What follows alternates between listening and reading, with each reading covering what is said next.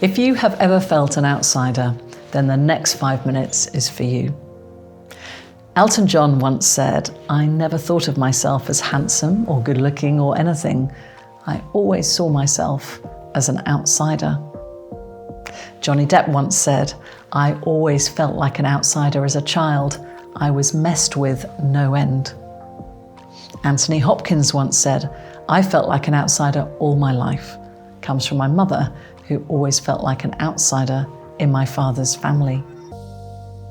So many people feel like outsiders, whether they're rich or poor, famous or infamous, whether they're you or me.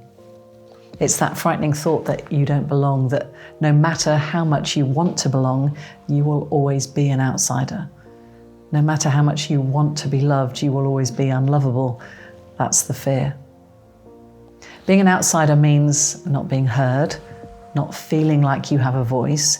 It means being treated as a second-class citizen, being diminished in the eyes of others.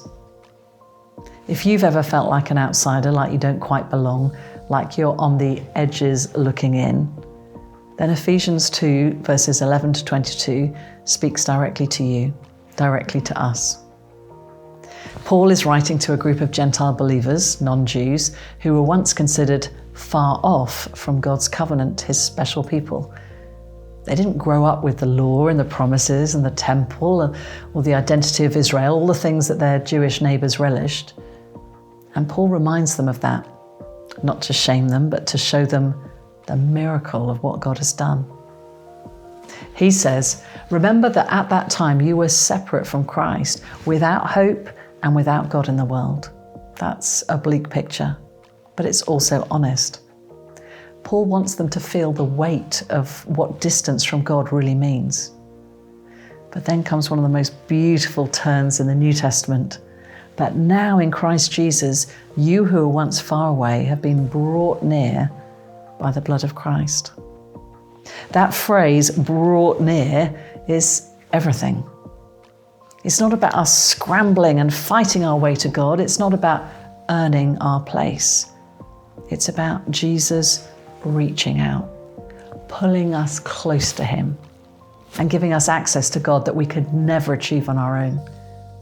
And then outrageously, Paul goes further. He says Jesus is our peace. Not just that Jesus gives peace, but that he is peace. Peace that destroys hostility and tears down walls. Paul is talking about the literal dividing wall in the Jerusalem temple, the famous barrier that kept Gentiles out.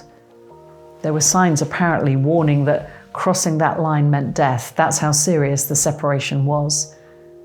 But Paul says Jesus has torn down that wall, not with a hammer, but with his own body on the cross.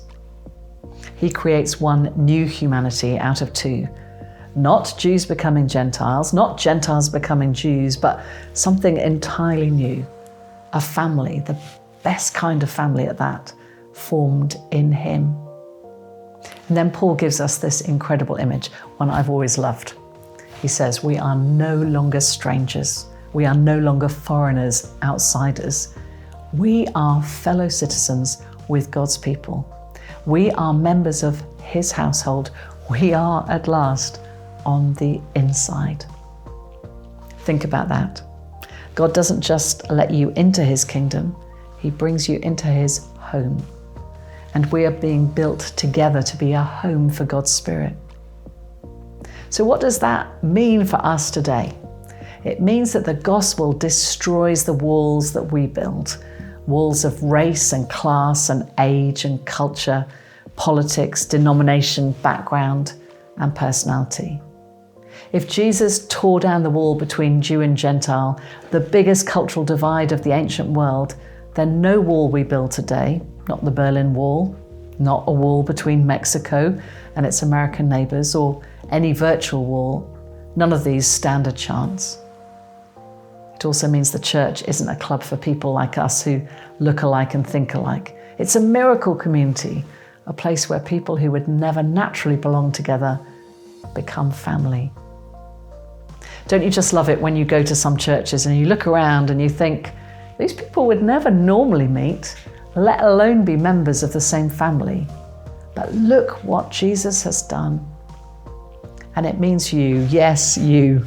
You are not an outsider in God's kingdom. You are not second class. You're not barely tolerated. You're not on probation. You are brought near. You are included.